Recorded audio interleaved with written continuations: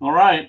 Well, welcome to the Jack Kirby Museum and Research Center's first live stream. Here we are. Actually, right out my window, they're clapping for the first responders. Oh, wow. But I'm Rand Hoppy. I'm the founder and executive director of the museum. And who are you guys? I'm Tom Kraft. I am a trustee and also the president of the Jack Kirby Museum. I'm Mike Cicchini, and I am a trustee of the Jack Kirby Museum and general museum cheerleader. So we're kind of like the three guys doing the Jack Kirby Museum right now. We have quite a few volunteers and friends and members who help us out, but we figured we wanted to try a live stream. I really wanted to do a live stream, so here we are, and we thought we'd feature today, kind of tie in with our new program or news feed, or what would you call it? I'm not even. Mike? What would you call what we're doing? I think it's just we've been looking for a way for a while to just keep our general efforts in the public eye a little bit more, and to just like give people an excuse to think about Jack every day. And that's why we came up with the idea of, kind of how can we do like a this day in Jack Kirby history. And it's pretty silly, and it's not it's not necessarily the most scholarly thing that the museum has done, but Tom has done an excellent job of helping to track down like disputed on sale dates for books and things like that.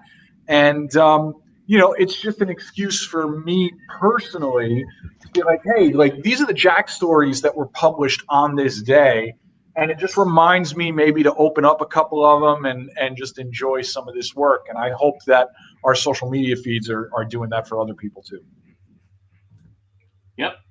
And just let's take a moment. Tom, what is this reference that Mike is looking at that to get these dates from that you've been working on?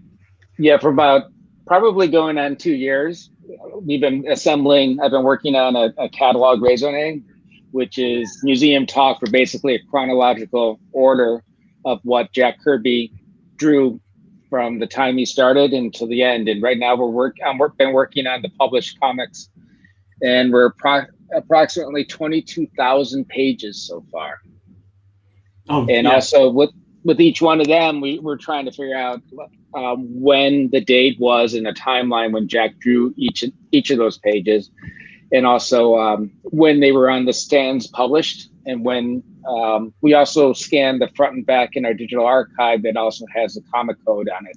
So all those different data points hopefully will help us track down an approximate date when Jack drew each issue of Thor or Fantastic Four or whatever it is. Yeah, it's kind of like using things like the Grand Comic Database, and of course the incredible Tomorrow's Jack Kirby checklist, but really diving in and making it so that it's something that's more chronological, that's focused on what Jack was doing rather than what was published, like what comic books came out. Right. So it's just an interesting angle on that. So we're really, Tom's been just really working so hard on it, and it's at some point it'll be something that we can have on our website. That's the big dream, right? So right.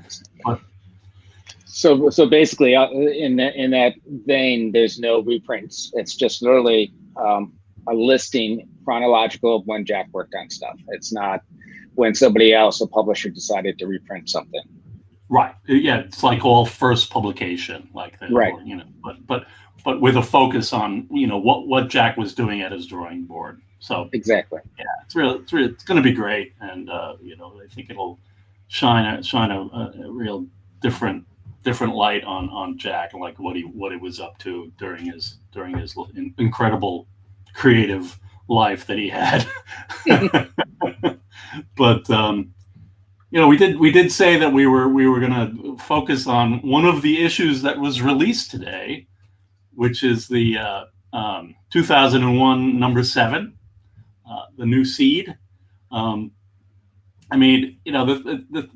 The thing about that comic is just it's just such a great, like, it's almost like it's a tone poem or something, or like it's Kirby did the work on the incredible movie adaptation that came out as a Treasury, and then there was a regular series that Marvel published that Jack worked on, and well, we had a pop-up 2 years ago, pretty close to 2 years ago actually, and in New York City, where we featured just Jack Kirby's 2001. We called it. I'm wearing the shirt, so it's the Kirby Odyssey, and it was a really great 3-day event in New York City, where we've had pop-ups before,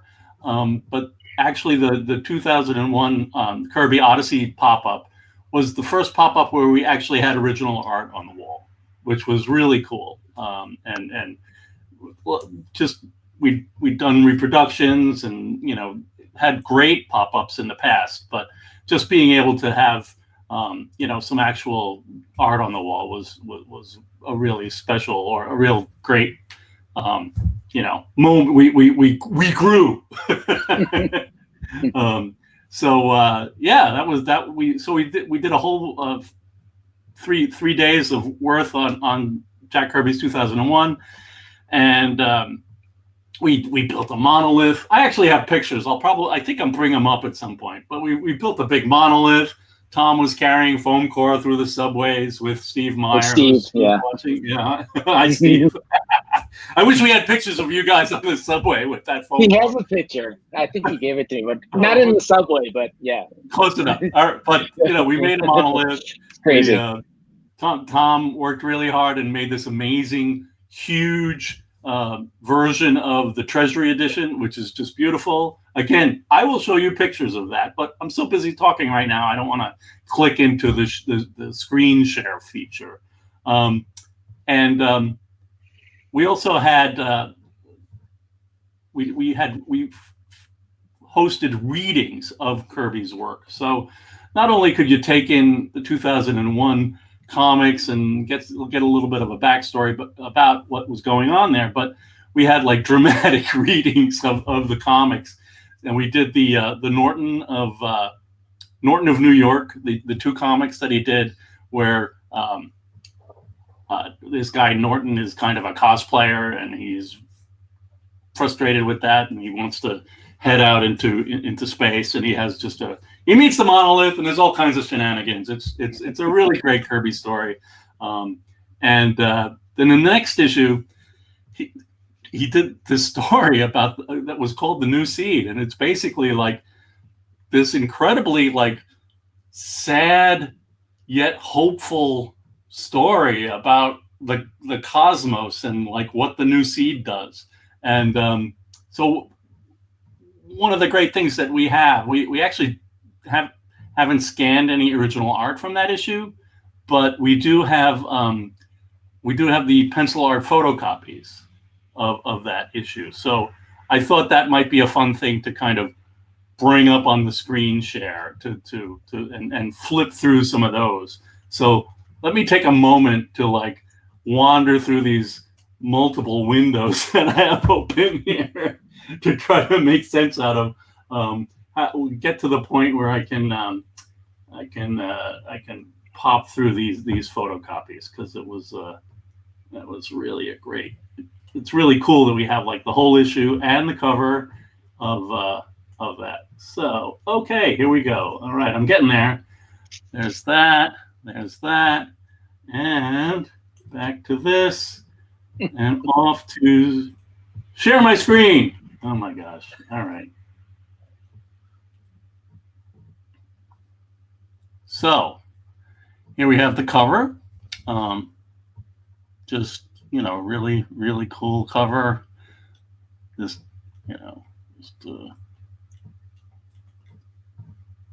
So just one thing about about this pencil art. I think it's important that everybody understand the significance of why the museum has these has these photocopies and why they are significant. If Tom or Rand, I think one of you guys should explain them, because this is original art is original art, and obviously this is before Mike Royer had inked these pages. But the fact that these were basically these photocopies themselves are historically significant, I think should be explained to people who might not understand. Well, sure. Tom, you want to take it? Yeah. So we have approximately 7,500, probably more than that, photocopies, and the bulk of those are from the Jack Kirby estate, on loan to the museum. And we've archived all of them and scanned them all, and that's what you're seeing right here. And the significance is that these are the only pencils that exist, obviously. I mean, the only image before the art got ruined, and not ruined, but inked, and the pencils were gone forever. So this is the only representation of what Jack drew right from his hand.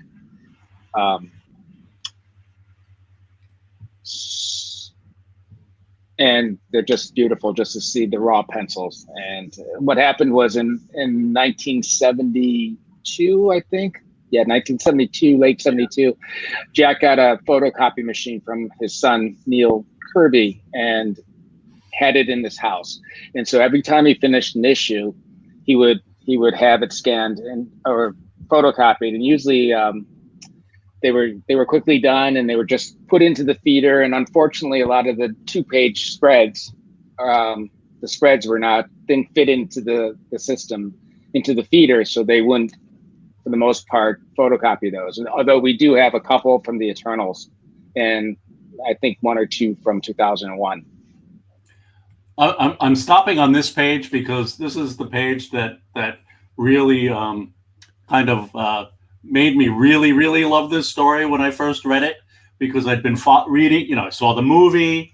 I think I read the book in high school, and bought these comics. But then here's on the upper left panel there, the first panel, Jack has the space seed child speak. which is just kind of like, what? Really? It's talking? and it just comes out of nowhere in the story too, totally. Because every one of these, so I guess for anybody who's watching that might not really be familiar with this, yeah, Jack did an adaptation of 2001 as a Treasury edition, but then this ongoing series was not an adaptation at all, and it wasn't even really a continuation of the movies. It was really just kind of, the monolith shows up at different points in history and advances human evolution along, and then sometimes it takes you to the future, and there'll be a character that it meets and evolves even further.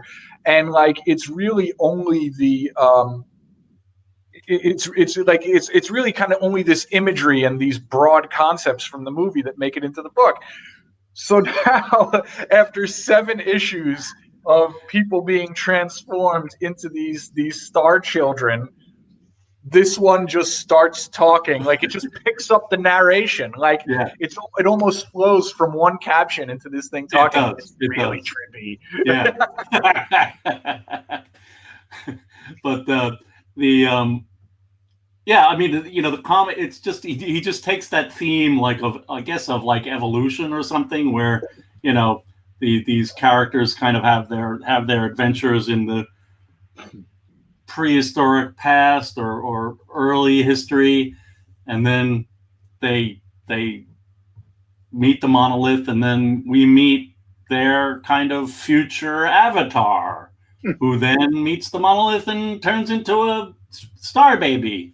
And it's pretty cool. I mean, they're nice little morality stories or fables with Jack's cosmic bombastic style that Yeah, guess what? It's not Kubrick, and it's not Clark. It's Kirby. Okay. So do you want to do you want to? How many pages from this issue do we have? That was the whole story right there that I just went Oh through. wow! So you just blew through that whole story. I did. And I love that. I noticed I was just looking at my copy of this, so Archie Goodwin edited this book. Yeah. And the credit it says admired by Archie Goodwin. Well, pretty much, yeah. Yeah, it just made like I wonder if that's just a signal that it's like, yeah, we just let Jack do whatever he wanted. Yeah, pretty much. Yeah. So let me I'll bring this up and then I'll share this screen. I know Tom, you're gonna have to forgive me on this. Because it encapsulates a lot. So it's the monolith that we built. It's on a pedestal. We called it, what did we call it? The Soul Stone, right? Yes. Isn't that what some of the characters called it in the early issues? Right. And that's Tom holding the incredible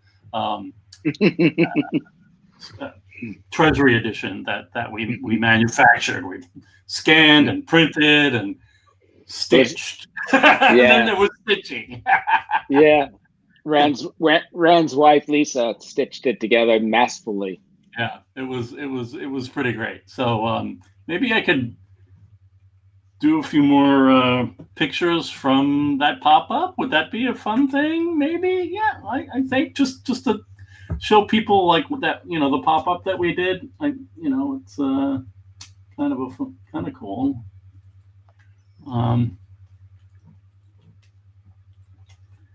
And by the way, if you know comics at all, that's the art gallery that we used that hosted us is run by Dan Giella, who is Joe Giella's son, who's a big an old time Silver Age inker of Superman comics and Batman comics and so on. So it's kind of like a comics family event when we have our pop-ups there. So there's the table with the huge Treasury edition. We also had prints and a reading copy of all the pencil photocopies from the Treasury.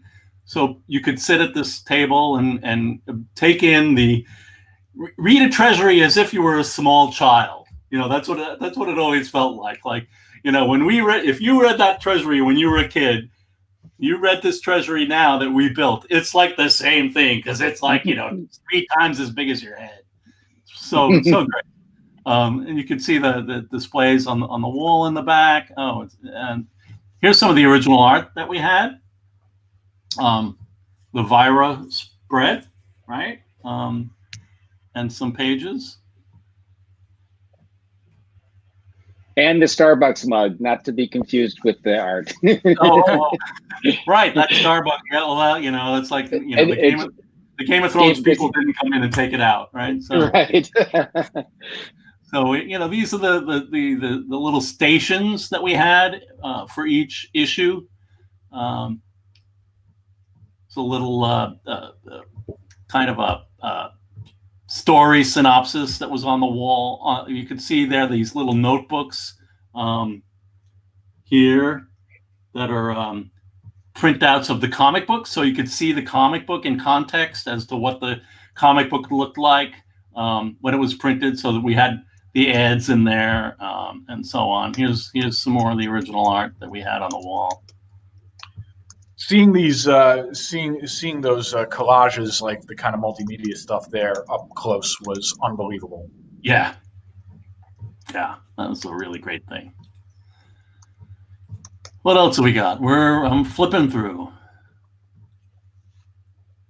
That was the introduction. Welcome. Oh yeah, yeah, the entryway. Some more giant Vira on the wall hanging, wall art. We tried to have a hashtag. I think we had a little bit of action on that. Strong Kirby Woman, because it wasn't a Mother's Day. I think it was. Yeah, it was Mother's Day. So we were doing Strong Kirby Woman. Kirby's definitely known for strong women, like many other ones. Like Big Barda is another great example from Jack Kirby's Fourth World, from the New Gods and Mr. Miracle. So he definitely had strong women in a lot of his comics. And you know, most of you might know, if you know your Marvel comics, that there was this character X-51. He started as Mr. Machine in the 2001 comics, and then Kirby, they stopped that. There was a trademark challenge with the name Mr. Machine, because there was a toy called Mr. Machine. So then there became a Jack Kirby comic called Machine Man. One thing that I was reminded of when we were designing the exhibit was that, you know, the monolith really fades away pretty quickly in these comics. Like there's really not much. You know, Machine Man doesn't meet the monolith and turn into a star baby or anything. You know, it's just, you know, there's less and less of kind of the 2001 fables that I guess my point is that the new seed that were kind of featured, that we just scrolled through the pencil art, that really was kind of like the last 2001 story that Jack did, you know. Yeah, because I feel that it turned into a superhero thing. That you know, just kind of fizzled out into superheroes. Yeah. Whereas before it was more science fiction. Why was that? Because I know that, you know, for people who might be watching who don't necessarily know a lot of what Jack was doing in the late 70s, because this period at Marvel from 1976 to 1978, you know, he did Captain America, he did Black Panther, he did Eternals, he did 2001, he did Machine Man, and he did Devil Dinosaur, right? That's everything. So, you know, this was a more experimental, like kind of the most unfiltered Jack had ever been at Marvel. What was it that is there any record of why they changed direction on the 2001 book the way that they did here? I'm not aware of any real, you know, commentary that could be cited. Yeah. Okay. Yeah, I haven't read anything about the reason why. But yeah, it does very much feel like two different books. Like it's the first 7 issues of 2001, right, and then it's 3 issues of Mr. Machine. Yeah. Yep. So, yeah, it was, but it was a fun pop-up. That's for sure. And there's Steve. The new seed is that's Steve. Yeah. All right, I'm gonna shut that down. I'm gonna come back, and where are we? We're 24 minutes in. Well, what's happening in the chat? Does anybody have any questions or anything? Well, wow, I've been answering a couple of questions online. Oh, great. Yeah. You know, I mean, what are the prospects?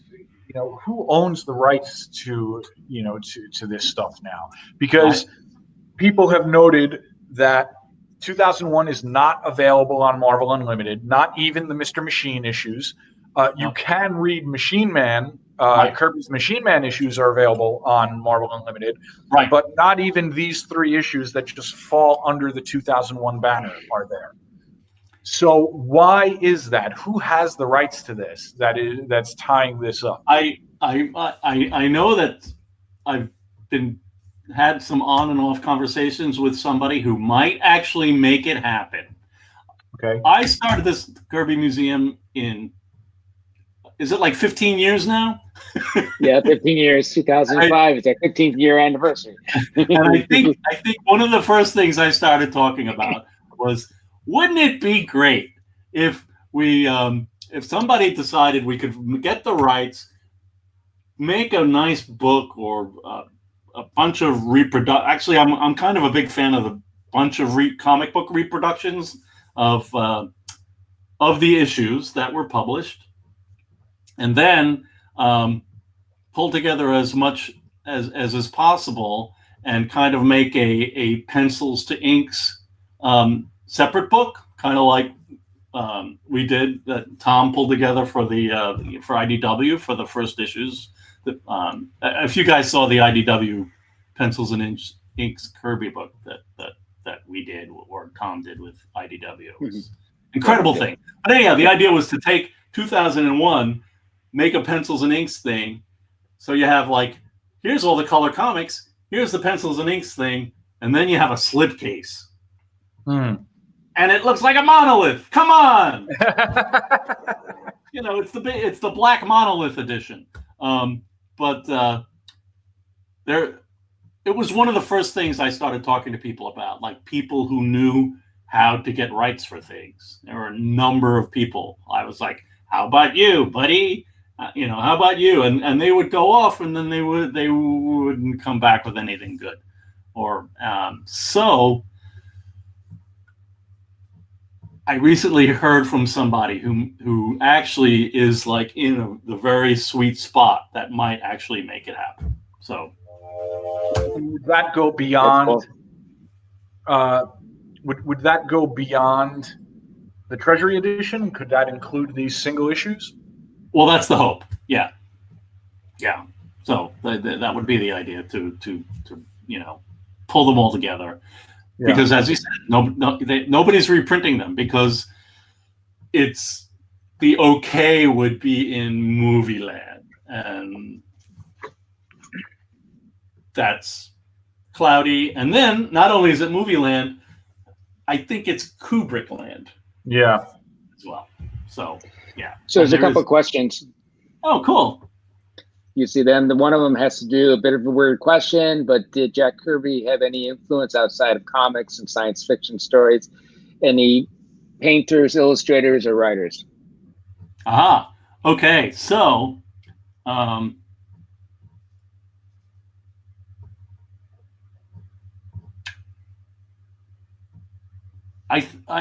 would say that Kirby was very well read, and that he knew the classics, and that he also kept up. Well, I mean, you know, outside of science fiction stories, okay, but he definitely knew the classics, and he knew a lot of like his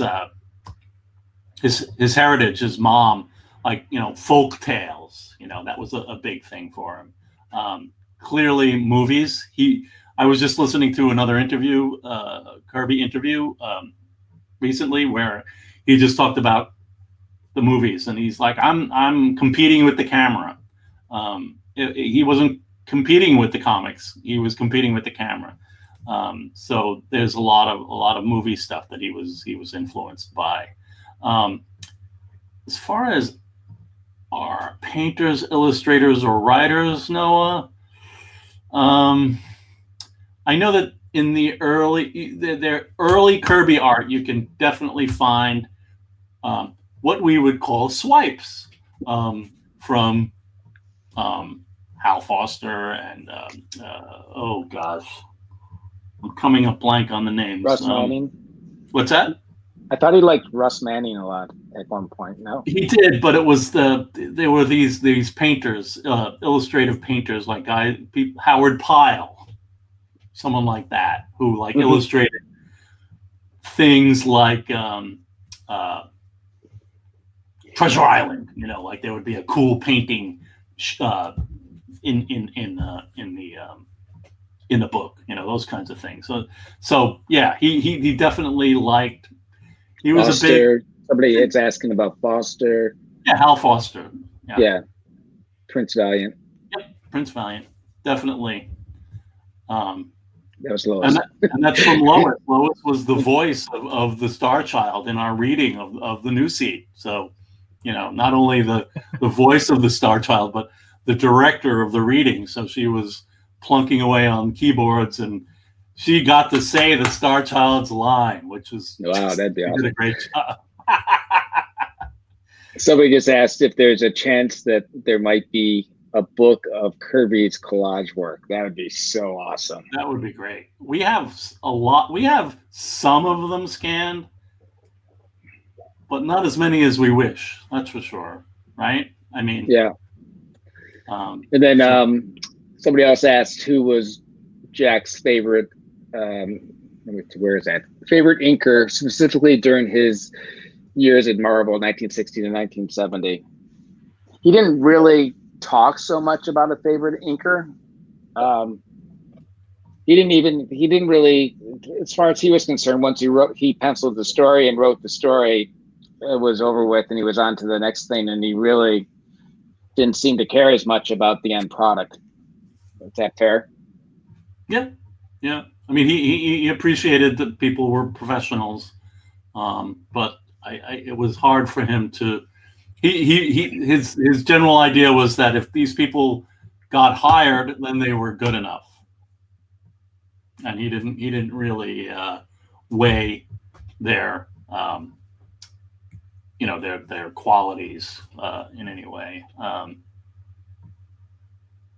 And then somebody was asking about Caleta, about did Jack ever express an opinion about him? And in general, from what I can tell, when he was at Marvel, he didn't really pay attention to what Caleta was doing until it was pointed out to him when he was later in the 70s by Mark Evanier and Steve Sherman that they had been Caleta had been erasing some of the pencil work in Thor, and then also in the Fourth World, and then that's really what kind of pushed him into moving away from Vince. But he did continue to use him on Jimmy Olsen, Superman's pal Jimmy Olsen stories, right up to the end of his stay at DC.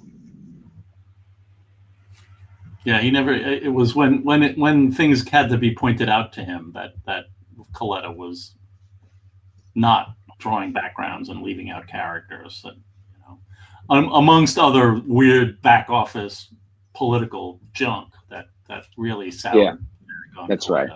Yeah. Do we know how many of the original comics were published? You mean like print runs? Yo, Jimbo, we need more details. Yeah, Jimbo, do you mean print runs on 2001? It may take a minute. Yeah. Oh, yeah. That's right. We're on a delay. Yeah. Yes. We see the text faster than you see the video. Yeah. Yeah. So sorry to everybody. It's going to take us a minute or so to get to your questions because we're on a delay on YouTube. Yeah. Print runs. It is print runs. This is a question for Tom and Rand. Print runs. Yeah, I don't have that at the tip of my tongue. Sorry to say. Is that information? This is a question for our audience in general. Is that information that you would find useful for the museum to track down over time for things? Let us know, and we'll look into it. Yeah, I mean the print runs were. There may be some information, that were in those. Oh my gosh, what were those things called? Circulation reports that were published in the comics every once in a while. That might be, but something like 2001 may not have had that.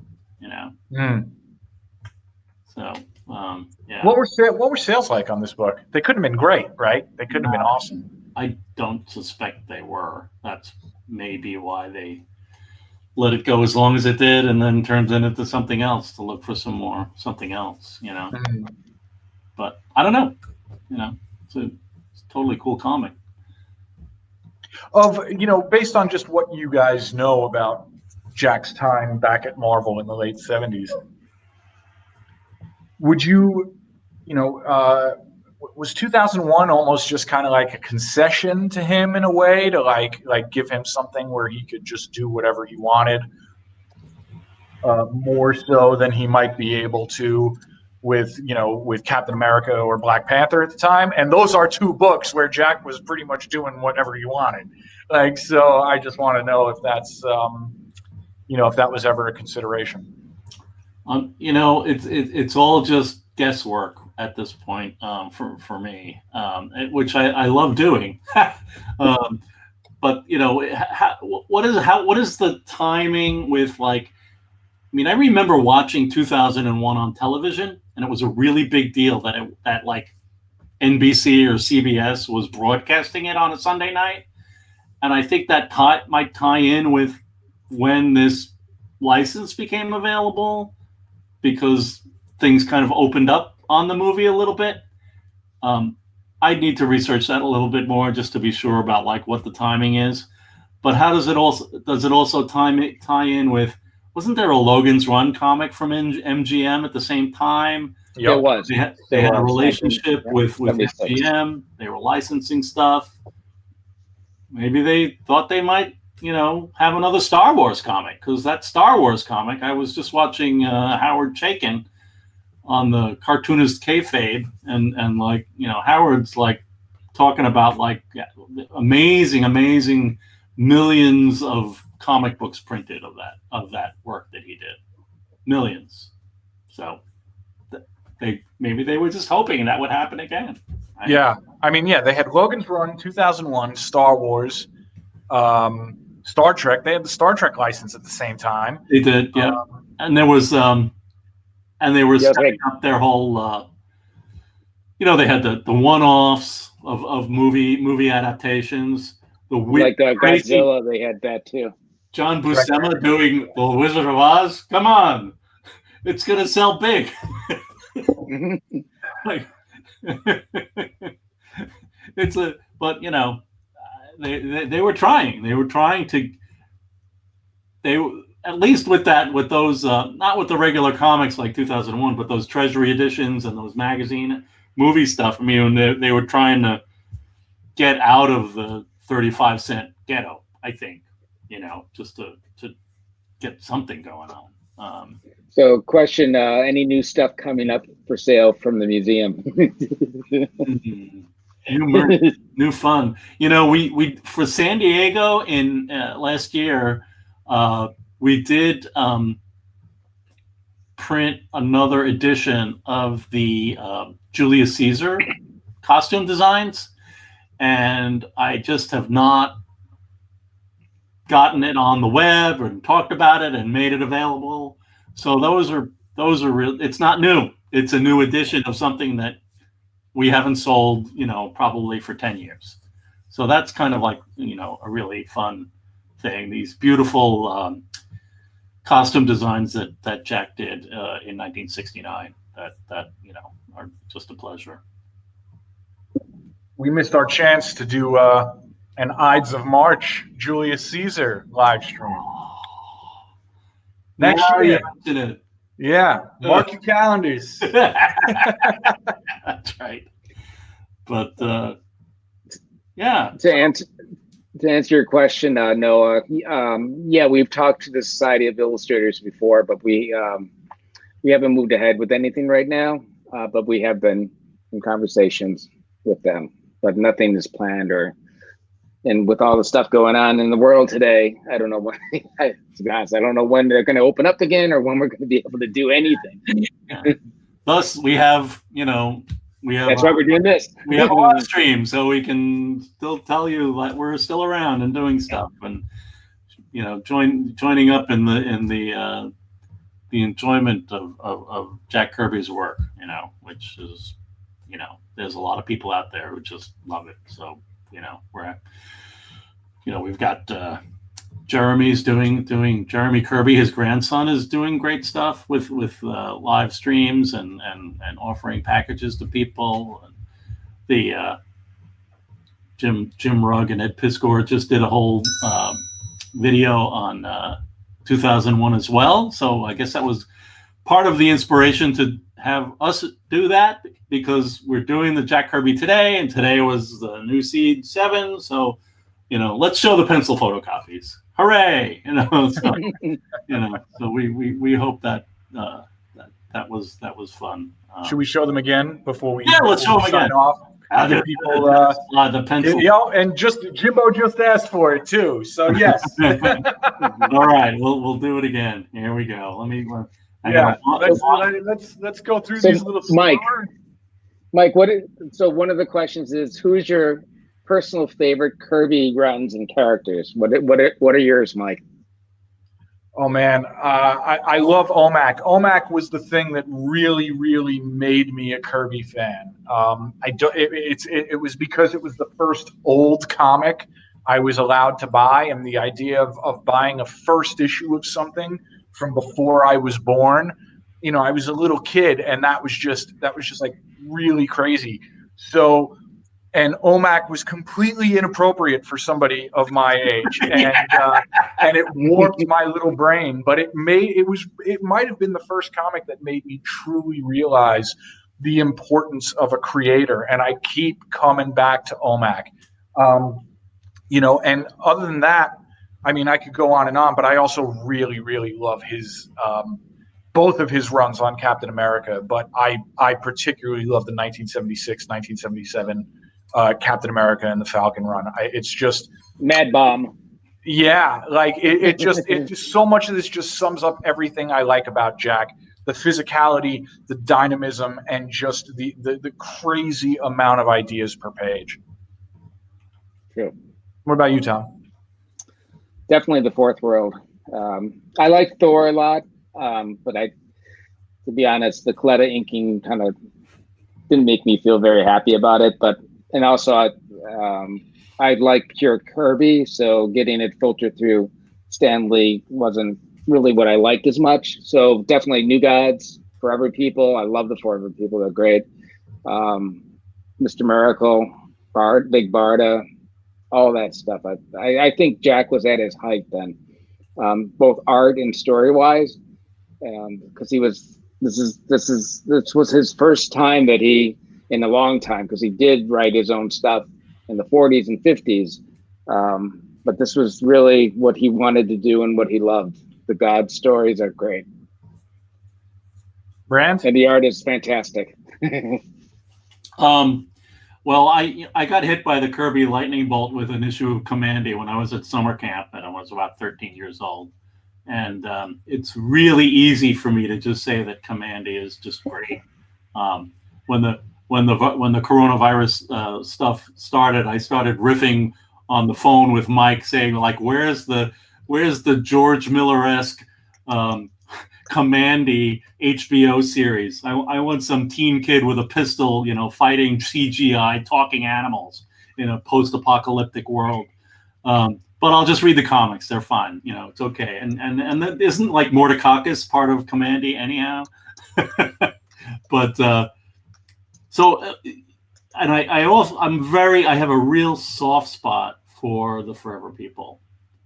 Yeah, Forever People are great. Yeah, I feel like they're kind of, I don't know, they're just just to have like a guy like Jack who like grew up in the junkie ghetto that he hated, surrounded by people who were just biting and clawing each other to get out or to stay or whatever, and then to get dumped into World War II and almost have his legs frozen off and all kinds of brutality there, and the great war machine, to come back and like be like 20 years later, 25 years later, and being hey, maybe those flower children have something with that peace and love stuff.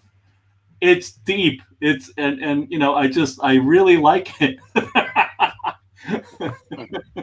So those are the two, and to be honest, those are the two. When I think about like my experience with Kirby, it started with Commandy. I became a big comics fan, and then I went back and got the Fourth World stuff, and it was the Forever People that really struck it. So it's all just like nostalgia junk for me, I guess, which is not great, but it is what it is.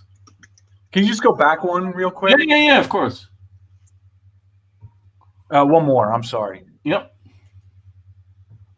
I just love that bottom left panel of this lady kicking the crap out of these guys, even though there's like four of them. Like that back kick that she's giving. Yeah, the back kick. And you just know Jack like thought about all this stuff and was like, it's like, all right, so if somebody grabs you around the waist and their buddies are coming up behind you, this is what you do. Yeah. What is the big spaceship splash page on this?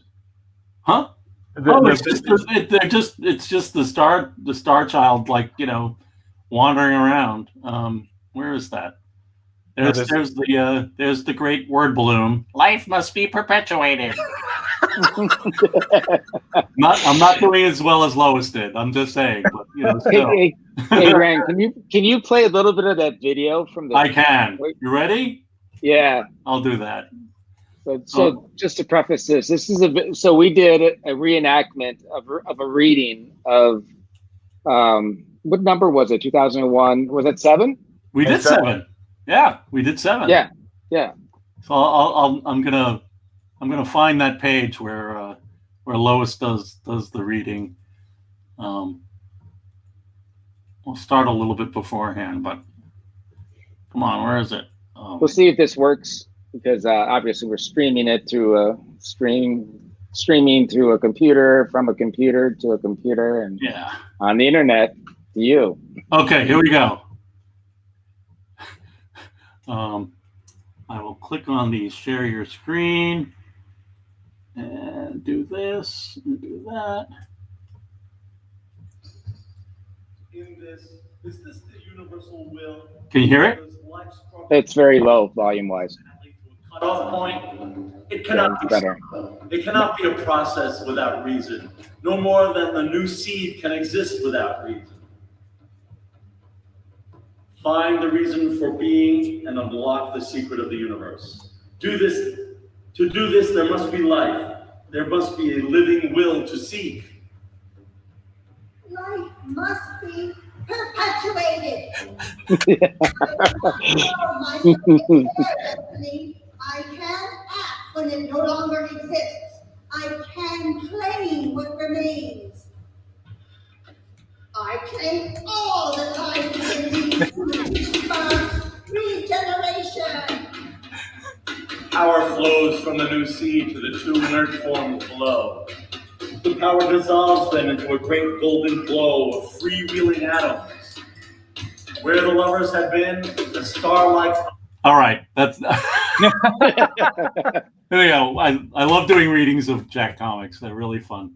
So hopefully we'll get a chance. Maybe we'll just do it online. That'd be fun. That would be fun. Lois absolutely nailed it. I know. It's almost like Saturday Night Live, Yeah. So, all right. I think we've done our 48 minutes. Yeah, this was longer than we expected. So look, everyone. This is something that we would like to do regularly. We are putting together our complete, year-long calendar of Jack Kirby Today stuff, like This Day in Jack Kirby History, where we will be showing off bits and pieces from the museum archives. And I think, based on the response we've seen live so far, I think we'll do some more of these whenever there's something that we have enough in our archive that is exciting to people, or that particularly sparks the fandom of me or Rand or Tom here. We'd love everybody to join us for more of these in the future. So drop us an email. Let us know if there are stories that you'd like to see showcased. Rand can tell you the best email to do that at. They could go to our it's info@kirbymuseum.org, and we do have a homepage where there's if you go to support us and buy our stuff, there's merch. We sell awesome T-shirts and pins. We have pins and all kinds of fun stuff. So check that out, and we're happy to build a bunch of supporters and friends. We have a MailChimp mailing list that's available on our homepage at kirbymuseum.org. Haven't sent out a newsletter in a while. I'm sorry about that, but we will do that soon. And so there's lots of social media stuff,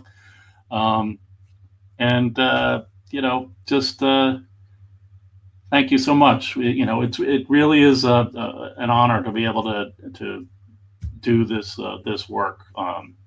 To keep Jack Kirby's work out there and remind people of maybe one of the most, influential creative people of the 20th century, considering where we are these days. So thank you very much. Thank you. Okay, good night. Thanks, everyone. Bye-bye, everyone.